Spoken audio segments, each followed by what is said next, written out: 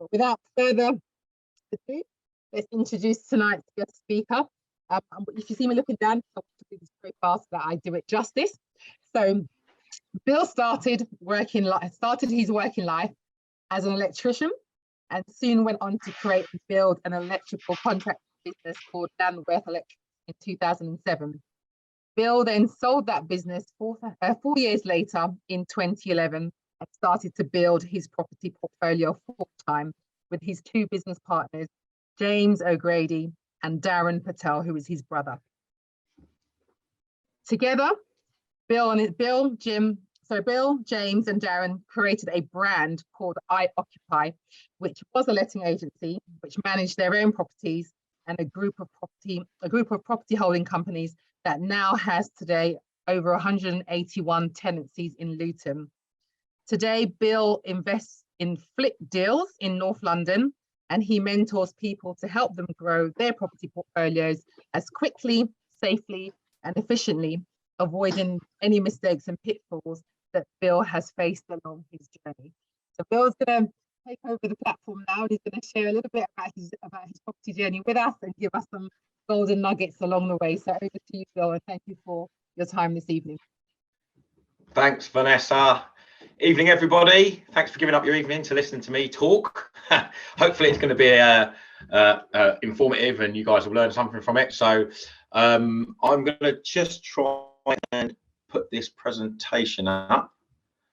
So I'll just check if this works. Hi, everyone. I'm Bill. Thanks for giving up your evening. Can everyone hear me okay? Vanessa, are we thumbs up? Yeah, cool. Good. So audio's working. So hopefully you get a bit of value. I'm going to share a lot of my strategy and give you actually everything that I've done, or the strategy that I've used over the past 10 years to grow my portfolio from nothing to where it is now. So we're going to run through that. So my presentation is up, so we can click along. Let's see if that's all working. So I'm going to run through basically how you can start with nothing and how you can grow a portfolio. I did use investors along the way, so that's something I'm going to be sharing with you guys to help grow that portfolio. The strategy I got and how I got to the value we were at now, and also what you can learn from some of my mistakes so you can make more money in your deals that you're doing. And I'm going to give an example deal of what I did, and then my 2023 predictions. I think most people have already said the market's going down by the numbers in the meeting chat after Vanessa's little poll there. So I kind of agree with that slightly. So I'll come on to that later. So how can you build a portfolio with funds? Well, basically, I sourced deals, developed them, refinanced, and I did that, and I borrowed lots of money, used private investors to borrow that money, and when we refinanced, we'd normally exit and pay the investor back. So I'm going to go through the exact numbers of how I did that on deals, rough numbers on how that all worked out, and we're going to go through an actual deal as well, so you guys can have a look at that and then ask any questions you want at the end. Sure, have some questions. So what have I been up to? Well, here's a couple of photos of some of the properties I've developed, rented, flipped, sold, and basically I've built a majority HMO portfolio in Luton. So that is all higher end, or I'd like to think it's higher end, but there's a lot of people on Instagram now doing fantastic developments, like way better than some of the stuff that I thought was really jazzy back 10 years ago. So I think the next challenge for me is keeping up with the trends and being able to still keep the properties fresh, even though we've got a fair bit of stock up in Luton. And so, yeah, it just gives you an idea of sort of what my portfolio looks like, what I've done along the way. So the strategy that I used is what I call the BRR strategy, the BRR strategy, which a lot of people, I've gone too far. Let me go back one. Can we go back? I think I've gone too far to the next slide. Sorry, guys. So buy, refurbish, refinance, rent the property out, get as much money back as you can. So recycle as much of your money as possible, add as much value for your refurbishment or development, and then repeat the strategy. That's as simple as it is. And that's exactly what I've been up to the last 10, coming up, well, 11, coming up 12 years now. So here is some, I just put some numbers together, which is round numbers, just to help, you know, for simplicity of basically the strategy I used to build a portfolio. So I'm just going to run through them with you. And so let's take a property purchase price, for example, is about 100,000. You might spend about £4,000 on legals and a survey, if you are having a survey. Stamp would be around 6k for something like that. So your total purchase cost, you'll be in somewhere around 110k. Let's just presume you spent 90k on a refurb. You did a loft conversion, added a room, added possibly 2 rooms if you're making it a HMO, or you're adding a bedroom if you've got a house. So by doing that refurbishment, you're adding value. And what I big number to hit really was 30%. If you can add 30% of value or 30% of profit, that means anything higher than a 70% LTV loan at the back end, you'd actually be pulling money out and be getting money back. You'd be getting all your money back plus some. So that was the magic number, and we didn't always hit it. We sometimes would get it, and a lot of the time we wouldn't, and it'd be lower than that, which was fine. We'd leave some money left in. Now on this example, the new value I've just penciled in here is 250,000. So the gross development costs, all the costs added up together, the development, all the purchase costs, everything comes in at 200k. But because you've added this value, you've suddenly created £50,000 extra. So the value, if you sold it, would be 250,000. So that as a percentage is actually 20%. We've added 20% of value, or if you like, your 20% profit margin. So basically your new mortgage, if you decided to keep that property, you'd refinance, and say you went for a 75% loan to value, you'd get 187,500 back. You'd get that back. So what that also means is legal refinancing fees would cost you about 1,000. And so what that means is the difference between the 200 that you've spent and the 187,500 that you're getting back from the bank as a new mortgage, and the 1,000 you're paying in the fees, you'd be leaving in about 11,500, right? So that's like to get a property worth 250k and leaving in 11,500 is quite, you have to go through a fair bit of work, but it's quite a small amount as a percentage of the actual value of the property. Now, monthly rent. So let's just presume this was a HMO. We had 6 rooms, and that was gaining £3,000. You had monthly bills of 650. Now they vary a lot, and the bills have changed a lot lately as well.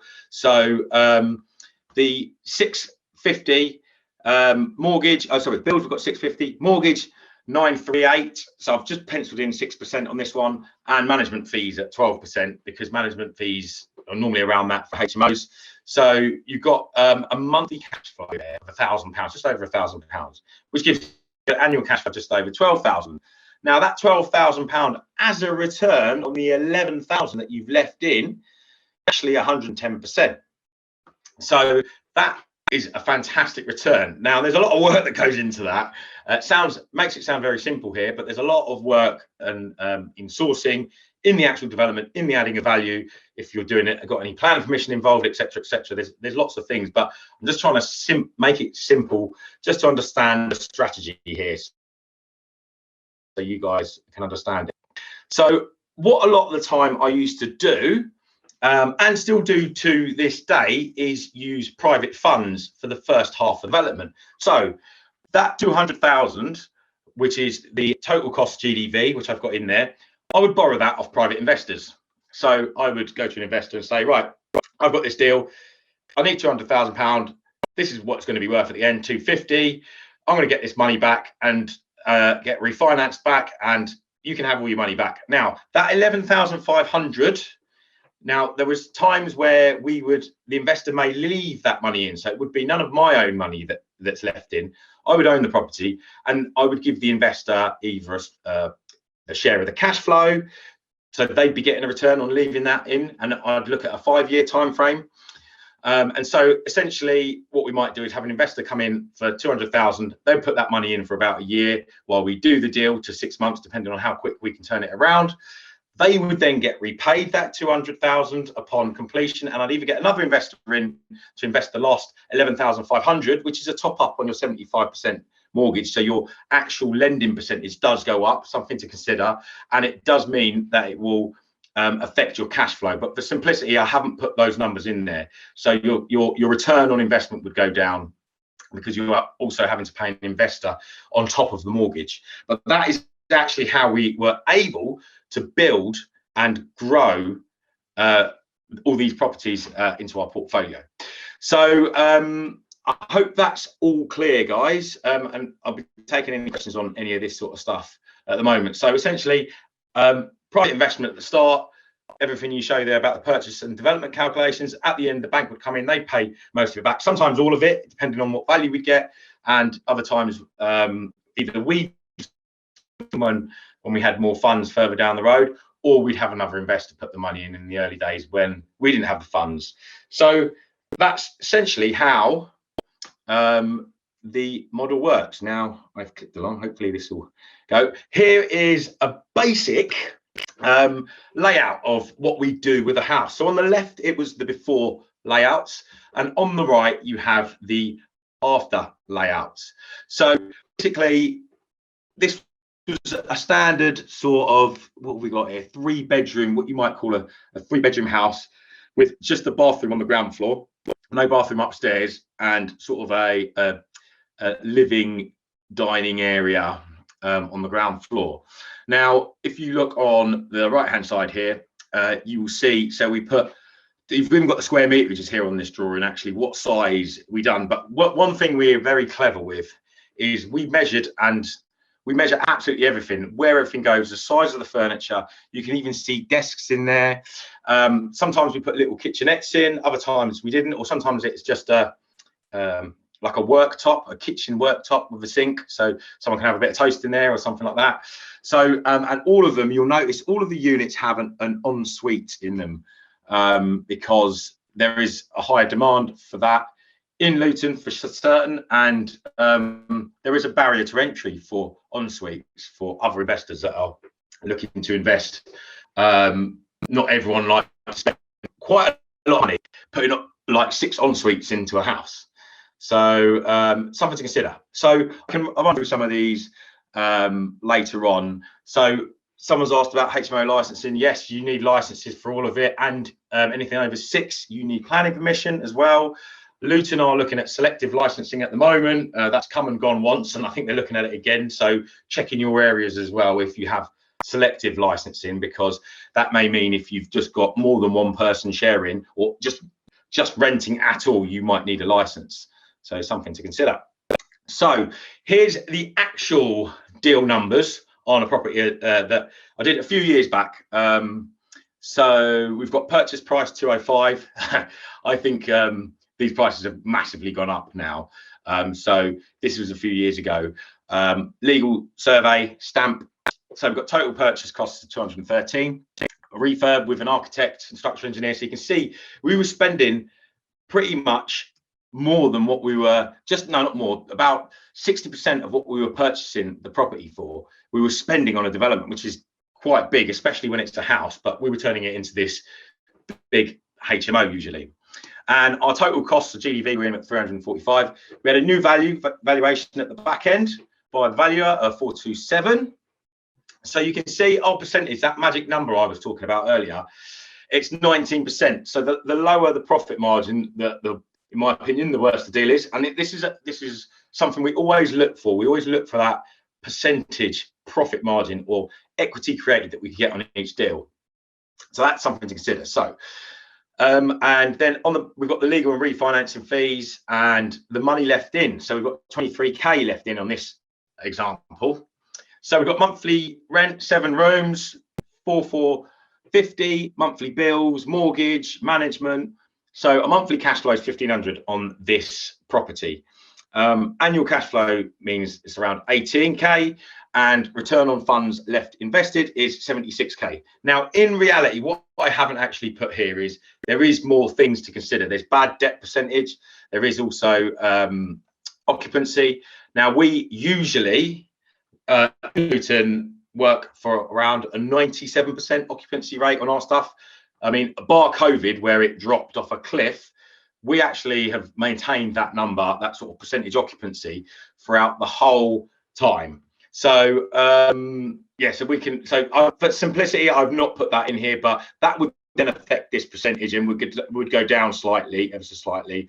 And you know, your 76% return might be 70% or something like that. But I think you'd agree that's a good return on your 23k left invested. Now, if we had an investor involved in this, we would normally pay anywhere between 6 and 8% on their money. So if they put the 23k in, we pay between 6 and 8%, which still beats most banks.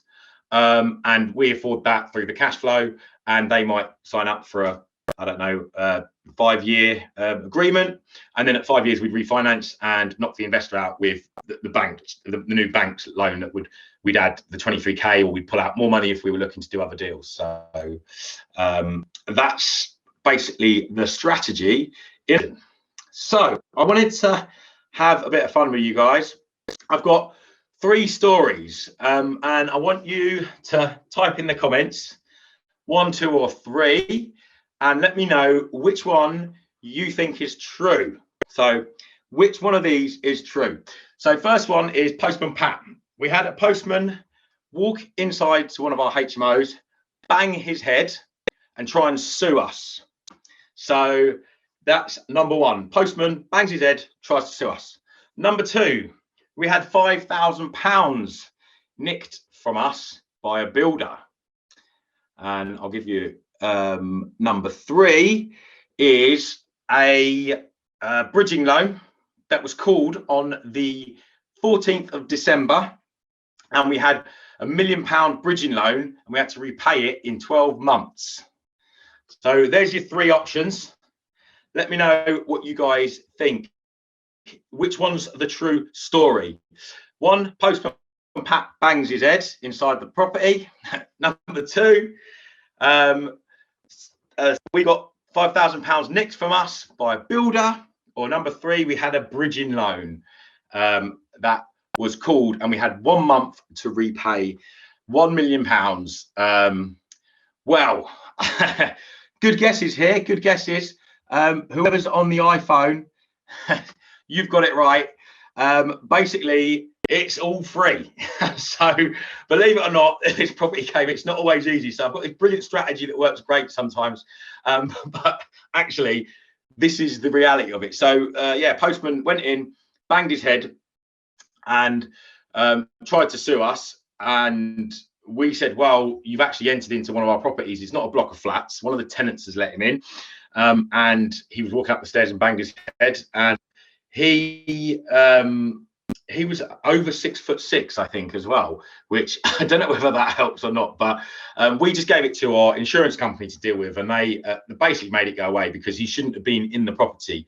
He should be ringing the bell and letting a tenant come down, rather than a tenant buzzing him in and going up to the property, because we did have an intercom system there. So so I don't know, I don't know the full story, whether he was trying it or not, but the thing I learned from that was make sure you've got good insurance, and the insurance can cover you for that. And their legal department just dealt with it all, so we didn't have anything to do with that. Number 2, when we were doing our office, we did take rents in cash a very long time ago.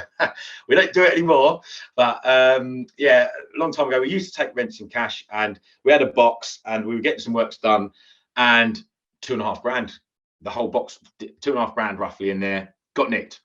And it was only the builder that was on site. So we told the main foreman, or the guy who owned the business, and he suspected, and he sacked someone. Anyway, 2 weeks later, same thing happened again, another £2.5 grand. Would you believe it? And he didn't know who it was, and he was just dumbfounded. And I felt sorry for him, because I did actually believe the builder. It was one of his workmen that was nicking it. And unfortunately, we just had to take it off his price, and he had to pay that, because it was 100% them who nicked the money. Number three, by none of our own means, we had two properties with a bridging company. We purchased one and a commercial property, and literally we had the loan. We completed on the loan in November. A month later, they called the whole £1 million on two properties, which is pretty unbelievable and crazy, really, when you think about it. And 1 month to pay it back. Now, at that point, I didn't have the best of Christmases because I was thinking, right, how the hell are we going to do this? But we managed to negotiate a extension on it. So I think we were allowed a month or two to February, March, and we managed to get private investment in to knock out the bridging company. And we had a refinance of another property going through that we had funds. So we were able to actually repay the whole million and do it within the timescale without causing too much hassle. But the thing I learned from that was that bridging, it could be nothing that you've done. And there's little clauses in a lot of the bridging contracts that say, if our borrower, this is the bridging company, they borrow the money to give to you, calls the money, they can call it on you. And this has nothing to do with you and is very much out of your control. So look out for those clauses. Doesn't always mean that you will get that clause taken out, because a lot of the time they want it in there. But it's just something to bear in mind and something that I've learned the hard way, I suppose. Right, some more stories for you of stuff that's happened that you can learn from, and these are all true as well. First one, we had a tenant complain that a fridge was too cold. Now, I'm sure Vanessa's had plenty of these type of phone calls because they are pretty crazy. Here's a couple of others as well. So number two, boy racer drives into the side of one of our buildings and smashes the bricks out. So you guys who are on this webinar from Luton, you probably know it. I'm going to go through this property later. It's called Red Brick House and it's on Park Street.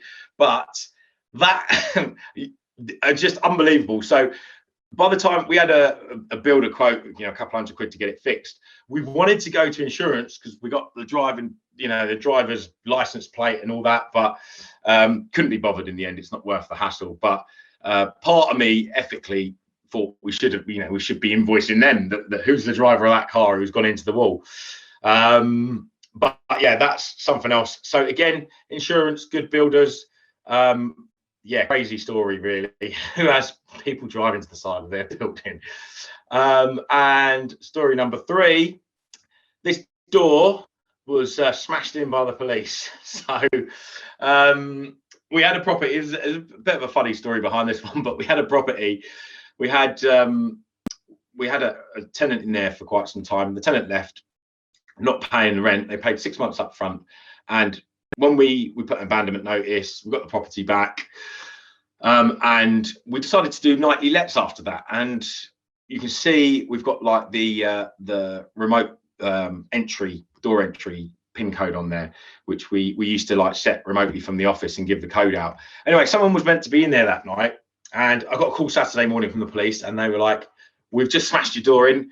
Can you come here?" And we're like, "Really? Seriously?" So went down there, and yeah, that was the state of the door. And they were sitting in the living room watching EastEnders on replay on Saturday morning. And I was like, what is going on here? Anyway, turns out there was meant to be someone in there for that night who luckily didn't show up under the nightly let thing, so under the Airbnb. No one turned up. Imagine if someone had been in there and the doors had got smashed in. It was actually the previous tenant had got nicked for drugs. He had something like 4 kilos of cocaine. He was nicked for drugs, and he gave that address as his main address. He obviously didn't want the police to go back to his. They smashed in the door. So I said, well, who's going to replace this? Anyway, we put an invoice into the police, but it never got sorted. We ended up bearing the brunt of that. And again, it's one of those, do you pay an insurance excess, or does your builder come around for a couple £100 and fix it? Normally it's the latter. You don't normally end up actually claiming on the insurance, even though we have, because we had a flood in our office at one point. So, but that's a whole nother story. I won't go into that. Right. So even though you have all these problems, sometimes life can be good being a landlord, and that's me working remotely in Sicily, sorry. But I have to say, and hold my hands up, this photo was just done for Instagram. It got too bloody hot. I had to go back inside in the aircon.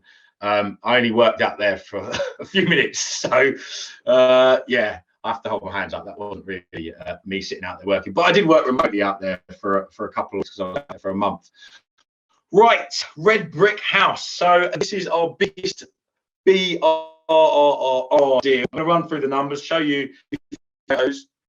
And so those of you know Park Street, I'll go along and show you the location where we are at. So that's the building, the big red one. Very original name, red brick house that we came up with. So location-wise, it's fantastic. So when you're investing, it's something to consider. Now, our office was literally opposite. You can see all the university buildings right next to it. So being a student block, we're like right in the heart of it. And you can see some of the high street off on the top right here, actually. So you're literally on secondary high street here in Luton. And I just think investments, the area and location is so important to make sure you're getting your demographic of who you're renting to. And this really does tick those boxes for students, especially in this location. So there's another photo of the whole building. It's a big lump. It's 16 5-bedroom flats. So that's 80 students. And you can see when we bought it, there was a fire, and you can see some of the ridge tiles on the left-hand side have been replaced on the roof. That's where we've had a new roof put in, because there was a fire up there. And literally it was pigeon paradise. So I'll show you what it looked like before. And absolutely no word of a lie, that pigeon poo was ankle high. You can see it halfway up some of the units in there. I mean, look at the cooker. So this, bear in mind, the whole building didn't look like this. This was just that kitchen dining area, but an absolute wreck. It cost us about £7 grand. You have to get specialists in to remove pigeon poo. You can't just get a labourer in shoveling it. It just doesn't, you know, it's not something you can do. So we had specialists in, and yeah, that was pretty, for what a sight, hey. Right, so this is what it looks like now. So unfortunately, it's not like some of my other properties. I'm quite proud of what we've done and the looks. This one, I kind of call it like painting a turd a little bit, because it is, you know, it's not great, but we put a new kitchen in, made it try and, you know, feel like, you know, homely for the students and stuff. So and painted it, but you can see some of like these old buildings where they got the breeze block on the walls. It's not even plastered, you know, and I'm sure some people will be able to relate to that, who went to uni and stayed in uni digs like this, I think. So yeah, we you know, I'm going to show you now what we spent on it, and what the numbers look like, because it might be quite interesting. So it's exactly the same strategy as I've explained before. Buy, refurbish, rent out, refinance, and redo it all over again. So we've got a purchase price of 2 million. We've got 200,000 chattels. Now this is, we negotiated this time. We actually had an original purchase price of 2 million, and the chattels is basically, you can put it through as like furniture fixings and stuff like that. And that was an extra add-on because the deal wasn't going through. It's quite complicated. I won't go into it now, but there's actually 3 parties involved. There was us trying to buy it, the owner, and the university that had a lease on the building that were actually trying to exit and get out because they'd left it for wreck and ruin, and they were still paying a lease fee every year to lease the whole building, but weren't renting it out. So it was quite a complicated purchase. It went on for 2 years, so it wasn't a straightforward one. But yes, so basically we paid, if you round that up, we paid 2.2 million for it. So legals were 5 grand, stamp was 6,500. Another story with that, you know, don't just calculate 2.2 and then calculate the stamp. At the time, I don't think when we bought this, the extra 3% was in. What we did is split the purchase price by 16 into 16 flats, and then allocated what we should be paying on stamp for each flat. You know, our solicitor just went into the computer, boop, boop, boop, boop, right, you're paying, and I think it was 90 odd grand or something silly like that. So we managed to get that down to 65. Finance, so we borrowed money to do the development, and that was 800, as you see there. and we ended up coming out at about 3.17 all in. So that's our whole costs. And valuation then at the back end, I think it got downvalued, but we were down at 3.8. Well, we were at 3.8 million at the moment. You know, I think we could sell. I mean, the rents have gone up and everything, but it's probably worth somewhere in the region of 4.8 now, I'd say. Just if you were buying it on a yield calculation, which is like commercially. So anyway, let's just work on that because this was back in 2019. So we've got 3.8. So we've got a loan of 75%. So we've got 2.8 million loan. Means we had to leave 320k in. We got an investor in to leave that money in because we didn't have that 320k. So bank loaned us 75%, investor loaned us 320k, and we refinanced. And the investor, we're just about to refinance and actually knock that investor out now with bank debt, which is cheaper. Because obviously, if you're paying 6 to 8% to a private investor, bank debt, well, now it's gone up, hasn't it, really? But you know, if you can get bank debt, I think we're paying about 5% on this place at the moment with the new mortgage. So rents 470, they've actually gone up to like 465 now, as Vanessa was saying earlier. Absolutely bonkers where the rents have gone. So this one, 37,600 rent a month, occupancy 96%. So that's 36,000, and here's all our mortgage, management, investor fees. Mortgage has gone up massively. Again, we're doing a refinance. Gas and electric, just the electric's gone up as well. So the gas we're fixed in on that, but then rents have gone up. So I don't know whether the numbers are really, but you can see it's quite a healthy monthly profit on this deal. So it's quite a big deal, not the prettiest, but the numbers work quite well. Well, what I prefer doing is these type of deals. So high-end finished Luton. This is another property we've got, and I just kind of, we can put a bit more flair into it, make it look nicer, rather than the student property. So majority of our HMO stock is like this, and we aim it for working professionals and students in Luton. So gives you a bit of an idea of sort of what you know, what standard we go to. So lastly, all of you landlords out there, just want to share with you something. This is I've done a quick search a few years back, and I've kept this because it was so funny. We had an advert on Spare Room, but look at this other advert in Spare Room. Now I hope if one of you is listening, this isn't your property, but just take a look at the unloved property on the right. That, I mean, whoever's taken that photo, they haven't even bothered to make the bed, and it might be a tiny room with just a bed in it, but you can at least bother to make the bed.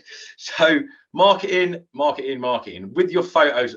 When you get your property developed, always invest in a good stack of photos, because that's going to serve you for the next 5 to 10 years until you do your next update or refresh of the property. So I'd always recommend to get some marketing photos, but that is like absolutely awful. I mean, who's going to ring up and call and ask, can they rent that room? Such a wasted advert.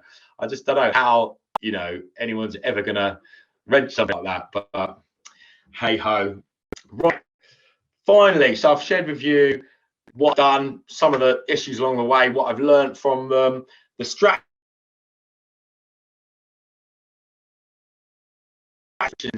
Vanessa was saying at the start. My view is it's going to go down a little bit, but I think it's also stagnate. So I think it's a bit of both. But no one actually knows. No one's got a crystal ball. And I do think it's probably going to be, you know, more pressure from interest rates going up, cost of living crisis, all these other things, gas, electricity. I think they are all starting to bite a little bit more, and hence why Vanessa's saying it's turning into a buyer's market, not a seller's market anymore. And that's usually the first indication. And I always think the property market is driven by 3 things: supply and demand, access to finance, and confidence. Those 3 things make the market. And basically, we've got access to, so supply and demand, not building enough houses, the demand outstrips the supply at the moment. We've also got so the main problem is probably is access to finance. People, they can still borrow money, but now if your earnings haven't gone up in line with all your expenses, when they come to how much you can borrow, that's probably gone down because the interest rates and the stress tests that they're using have gone up because the interest rates have gone up. And so someone who would be able to borrow 500,000 last year might only be able to borrow 450 this year because their income hasn't gone up enough to offset those calculators that the banks use to determine how much they can lend to people. So I think that's the main confidence. I think confidence is still there. People aren't scared and not moving. I think people still do want to move. And I'm not seeing any of that in the media, but it's definitely the access to finance, I think, is probably going to pinch a little bit out of those three factors in the market. And that may stagnate across the back end of the year. But who knows? I've been saying that for a little while, that it might go down a little bit, it might stagnate. I can't see a huge drop, fall off a cliff, apocalypse, but don't hold me to that. I hope it doesn't. If that does happen, I'll be trying to buy as much property as I physically can. But anyway, that's enough from me. Just a quick whirlwind of what I've been up to, what I'm doing. I hope you guys enjoyed it. Got some value, and let me know if you have any questions, or I'll hand back to Vanessa. Once Bill comes back in and hopefully he can hear us, then I'll start the questions that have been put across for Bill. Gosh, it's technology today. But what I'll do in the meantime, there's a couple of questions here that I can address. So there was a question posed saying, what is a realistic price increase? So this was going back to the subject of rent. What is a realistic price increase in Luton for long-term tenants as a percentage? To be honest, it's really difficult to quote it as a percentage because it doesn't really work like that. And when you have a long-term tenant who's paying maybe quite a bit below market value, or not market value, but today's market rent, to call it as a percentage is quite hard. You really have to just have that conversation with your tenant. I mean, we've done rent increases now that are like £100. I think my biggest one that we've done is £300. If we were to quote that as a percentage, you know, the tenant would just fall away. So we can't really do it like that. I think it's about looking at the tenant itself, the tenancy history, how long they've been there. For example, if they're in a 3-bedroom property and you've had them for 7, 8, 9 years, and they may be paying a very old 3-bedroom rate, which is probably around 850, 900, and today's market rate is like 12, 1300, you will probably be looking to take that rent from, say, 850. If they're paying 850, I would say probably to about 11. But you couldn't do that. You wouldn't be able to do that straight away. So my advice is you'd go 850 to probably 1,000. You'd go up by £150. And to be very, very honest with you, as much as it's quite hard and it's big rental jumps, what we're finding is tenants are not happily, but they are actually taking the rent increases on, because what they do is they look at what's currently available. Number one, not a lot. Number two, what is available is coming in right at the market high. So as long as you slightly nip your rent increase below the current market high, most tenants, yes, they will negotiate, so there'll be a little bit of backwards and forwards, but most tenants are reluctantly accepting these increased rents because there is no alternative, unfortunately, for them. And if there's not many properties available, and if they do leave, chances are they'll be paying much more than the increase that you're looking for. So it's not a case of a percentage increase in this sort of market. It's just looking at where you are, where the market is, and moving towards that, but not quite hitting that, I would advise. And then just having that conversation with that tenant, and where possible, maybe agreeing some sort of staggered increase so that you're not putting it all on them immediately. You're staggering it through a 6 to 12-month period. That's the best way to approach a sort of bigger rental increase because of where you are versus where you need to be. Bill, you're back with us. Can you hear us now? Can you hear me now? Great. So can we unmute Bill so then we can get some questions for Bill quickly? Bill, I think one of the big questions here that everyone's got in their mind is, how did you start with little to no money? Because you know, we're here with this big figure of 0 to 15 million pounds worth of property asset in, you know, in a sort of a 10-15 year period, which is great. But how did you get started along your journey at the beginning? Yeah, that's a very good question. So that's zero property and £0. You do need, what I always say is you don't need the money necessarily yourself, but you need access to money. So that means if you've got an investor on board or someone that's going to invest. So I didn't actually say the story about the first deal, but we literally went looking for a project. And it took us initially, when we first started out, 6 months to find the first property. Got an offer accepted for 230,000, but didn't have the money. So then I was like, right, how do I get this money? And so I got on the phone, and I remember it very well. 5th phone call I made was an investor, and his name was Jonathan, and he said, yeah, I can do that, Bill. Let me come down and have a look at the deal. He came down, he ended up investing, and he ended up continuing to invest for the next 5 years with us. In deals that his money just jumped from one deal to the next deal to the next deal. So there's quite an important part is I needed money, because you can't do it without money. Of course you need money, but it wasn't my own money. I used private investor funds and bank funds, mixture of those two, to basically grow the portfolio. And that whole deal structure that I showed you before, essentially I was getting an investor to put all the money up front. Now I think people saying zero, you can take that quite literally, but you still need access to funds and money, basically. Hopefully that answers it. Yeah, that does help. There's quite a few questions here. Okay, so sticking to the subject of the investors will come along and invest in these deals. How do you actually go about? How do you go about finding investors? Very good question. And I say this a lot of the time to my mentees because they have these questions. The first thing is a lot of the time when I first started 10 years ago, we didn't have social media accounts and all that sort of stuff. So back then, when we started, there was lots of networking. I used to go to a networking event once a week, a property networking event at the start. I was like a sponge, soaking everything up and getting loads of contacts, and ended up having literally a shoebox full of of contacts that I'd met at these property networking events. And when deals came up, I used to then literally put a few to one side that I thought were people who had money or I'd followed up with, and I went around and calling them. Now it's a lot easier, I believe, with social media, that you can grow a following from what you're doing and post out there when you have deals, or just some rough numbers. And if people are interested, they can then drop you an email or book in a call with you or something like that. So it comes down to marketing, essentially, and how well you market yourself and what you've done and how many people know about what you're doing. So you need to tell everyone, I'm doing property deals and I have, I'm looking for £250,000 investment to do this deal. I'm looking for X amount. So this is something that I think, the quieter you are about it and not telling anyone, the more you're going to struggle to find someone. But I always, and a lot of the time, one of the other problems is chicken and the egg. So if you haven't got a deal, you don't always drum up the investment. So it's something that you almost have to do at the same time. So you have to cultivate these relationships. And when the deal pops up, you can say, oh, well, would you invest in this? And it might be a no or a no, not right now. And it might be different timings that work. So there's different ways you can grow your, I think, contact base for investors.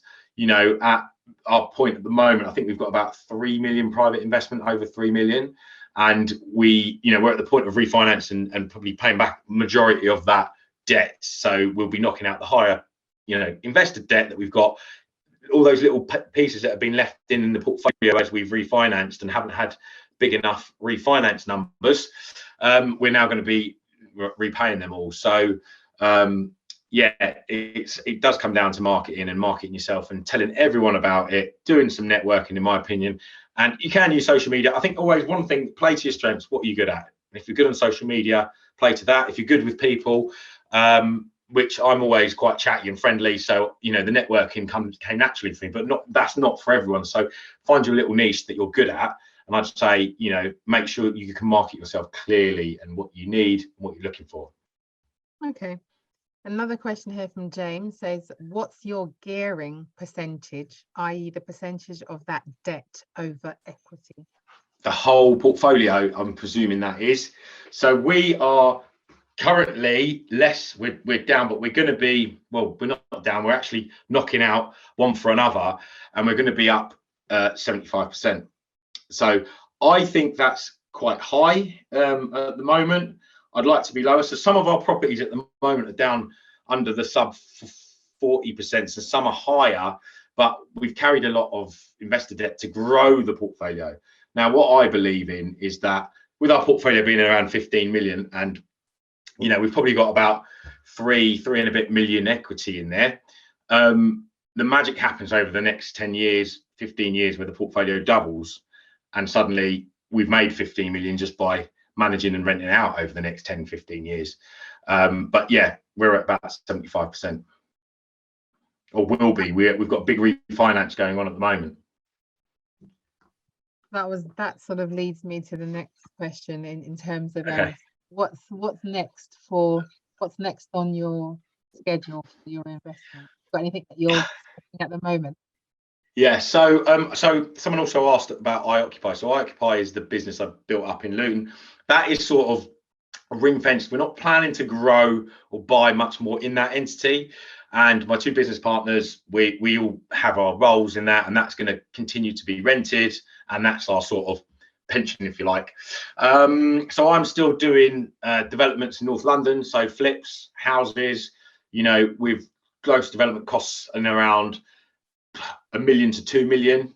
But that doesn't get you a lot in North London. That might be a house with an extension or something like that. So I'm doing those sort of small deals. I do want a bit more of the easy life, because I did have like 4 developments running at once at one point, which can be quite stressful. And I've been there, done it, and learned. I don't know whether it's always worth that aggro at the time. So I think one or two deals a year for me is plenty. I've got my main residence in North London that I've got a development doing this year, and I'm also mentoring, as I mentioned earlier. So I really get a kick out of that, and really enjoy it. As selfish as it sounds, I get so much from it. So I'm really enjoying that. So I'm looking to help more people in that this year as well. Sounds good. Someone's asking, are you still hands-on as a Sparky? No, I'm overqualified now. Do you know what? I do miss, when I was a Sparky, I do miss those days of being on site, where you've just got one physical task to do, and your mind's not wandering about a million different things when you're running a business, about this, about that. Those were the days. So I still do change light bulbs and do things around the house, because I've got I still got the skills. But yeah, I haven't for a very long time done. I do bits and bobs around the house, but wish I could still. Question here from someone about HMOs. Somebody's asking, how easy is it to get a HMO license in Luton? So HMO licensing is different from planning, just to not mix them up, but licensing is pretty much tick box. Now, the council have a list of requirements they've got on their website of what you need to have and what facilities you need to have for the number of people.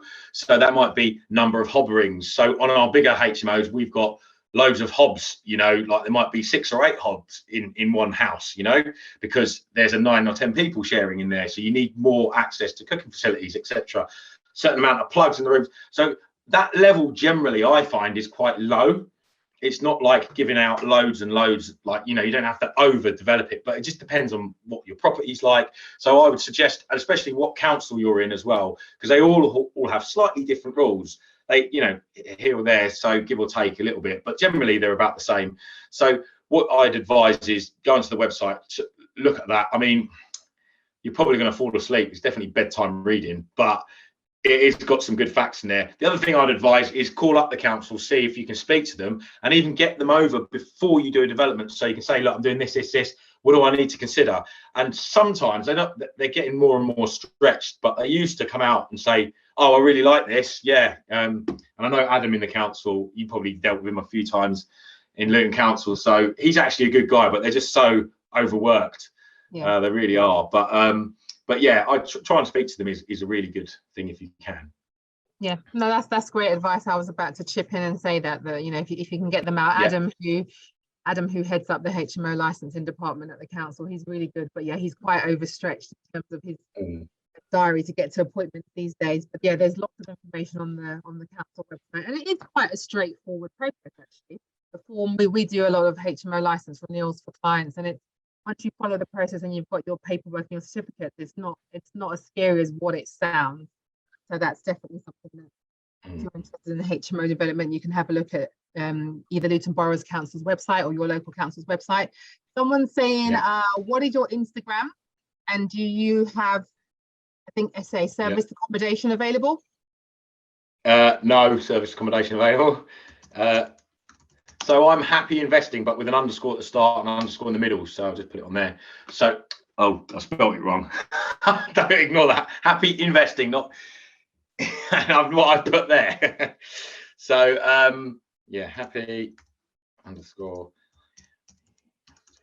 No, we did test out service accommodation for a little while on some of our properties in Luton, and we found it to be slightly more profitable, but not worth the aggro. So we converted them back. Some were flats. We even tried a HMO out as well. Thought we'd get quite a lot of clientele from the airport, but actually it's really competitive in Luton. And this was a few years ago as well. And, you know, also hitting VAT thresholds, like a lot of people forget to speak about that. When you hit a VAT threshold with 90 lets, it really makes it difficult for you to be competitive and profitable, in my opinion. And so we were getting close to that, and we just thought it's not worth the hassle, and we just changed them all back. I think one last question before we close. Anthony is asking, regarding an early career, no money down purchase, how do you provide suitable proof of funds using private investors? Is that generally acceptable to get past the doorkeepers? Yes, good question. So I'm guessing you're talking about dealing with estate agents and when they're asking for proof of funds.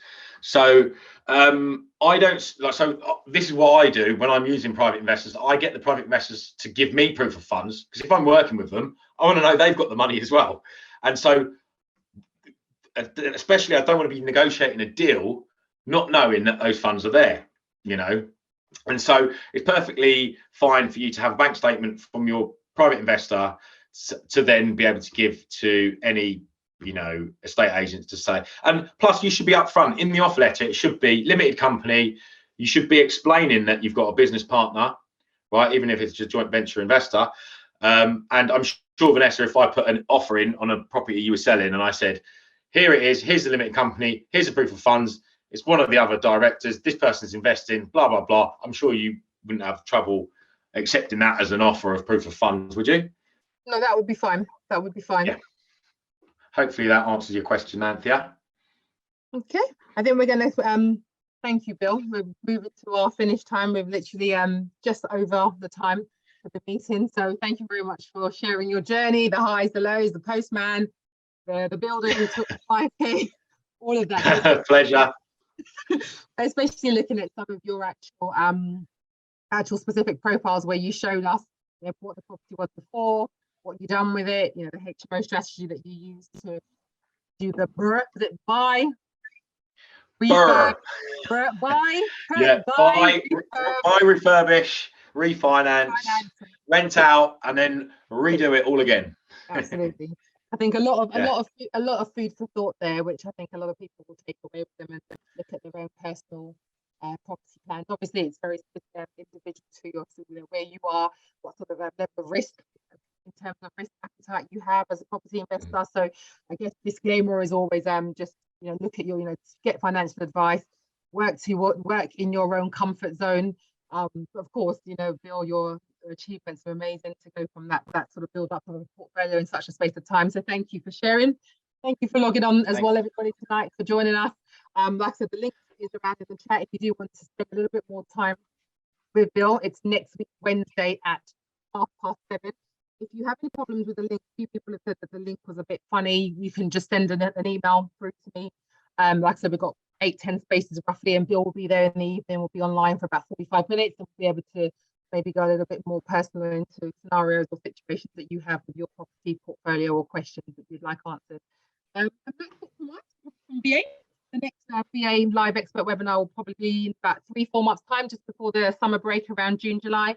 And we'll be coming back with another very informative property investment topic for you. So keep an eye on your emails and we'll let you know very soon. Have a good night and thank you for logging in.